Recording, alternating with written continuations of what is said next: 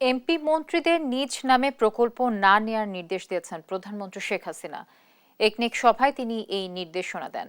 এছাড়া ২০২৩-২৪ অর্থ বছরে সরকারি প্রতিষ্ঠানগুলোকে পুঁজিবাজারে অন্তর্ভুক্তির নির্দেশনাও দেন তিনি। দুপুরে প্রধানমন্ত্রীর সভাপতিত্বে একনেক সভায় ৫,৫৬৩ কোটি ৬৭ লাখ টাকা ব্যয় সম্বলিত 10টি প্রকল্প অনুমোদন দেওয়া হয়। বিস্তারিত ইফতেখার রেজা রিপোর্টে থাকছে।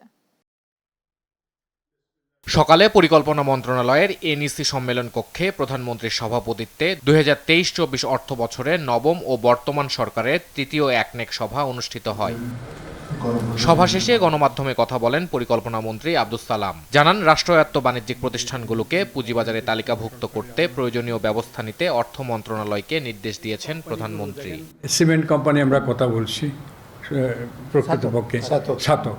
তো সিমেন্ট কোম্পানি দেখেন, এই এত বড় বড় সিমেন্ট কোম্পানি আছে, আজকে কত সাইনবোর্ড দেখছেন, এরা তো ছাতকের অনেক পরে আসছে, তো এত এরকম জায়গায় পৌঁছলো কেমনে?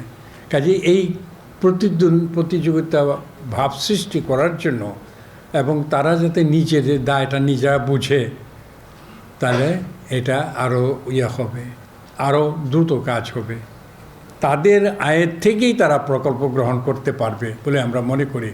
অন্তত বড় প্রকল্প না হলে ছোটোখাটো প্রকল্প তারা গ্রহণ করতে পারবে বলে আমরা মনে করি। এটাই মাননীয় প্রধানমন্ত্রী এটার উপরে জোর দিলেন এবং তিনি বললেন যে নিয়ম আছে 3 বছর, ওই 3 বছর তাকে দেখো এবং অবজার্ভ করো, যাদের 3 বছর হয়ে গেছে তাদেরকে বলো তোমরা তোমাদের প্রফিট বৃদ্ধি করো, যাতে তোমাদেরকে পাবলিক এনলিস্টমেন্ট করা যায়, স্টক ইনভেস্টমেন্ট করা যায়।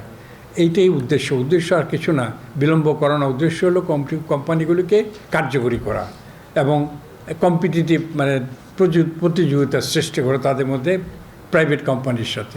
সভায় খুলনা শেখ হাসিনা মেডিকেল বিশ্ববিদ্যালয় স্থাপন এবং চট্টগ্রামে একটি বার্ন ইউনিট স্থাপন সহ 10টি প্রকল্প অনুমোদন দেওয়া হয়। এই প্রথম ঢাকার বাইরে একটি বার্ন ইউনিট স্থাপন করা, বার্ন ইউনিট ঢাকার বাইরে এর আগে হয় না, এই প্রথম চিটাগংয়ে আমরা একটা বার্ন ইউনিট স্থাপন করা অনুমোদন দিয়েছি। এবং আরেকটি গুরুত্বপূর্ণ প্রকল্প আমরা খুলনায় একটা মেডিকেল বিশ্ববিদ্যালয় স্থাপনের জন্য অনুমোদন দিয়েছি। এছাড়া আরও 8টি প্রকল্প আছে। তো এই দুটি বিষয় আমি বিশেষ করে উপস্থাপন করলাম, এটি খুবই আশাব্যঞ্জক বলে আমি মনে করি। আমরা আশা করি যে আগামী দিনে পরিকল্পনা কমিশনের পরিকল্পনা মন্ত্রণালয়ের কাজ আরও সহজ হয়ে আসবে এবং আমরা দ্রুতই আমাদের যে উন্নয়নের ধারার সাথে আমরা সম্পৃক্ত থেকে দেশকে অগ্রগতির দিকে নিয়ে যেতে পারবো, অগ্রগতির পথে নিয়ে যেতে পারবো বলে বিশ্বাস করি। নিজের নাম ব্যবহার করে আর প্রকল্প যাতে না নেওয়া হয় সেজন্য সংশ্লিষ্টদের নির্দেশ দিয়েছেন প্রধানমন্ত্রী শেখ হাসিনা, জানান পরিকল্পনা মন্ত্রী। মাননীয় প্রধানমন্ত্রী এটার উপরে জোর দিলেন। ইফতেখার রেজা, দেশ টিভি, ঢাকা।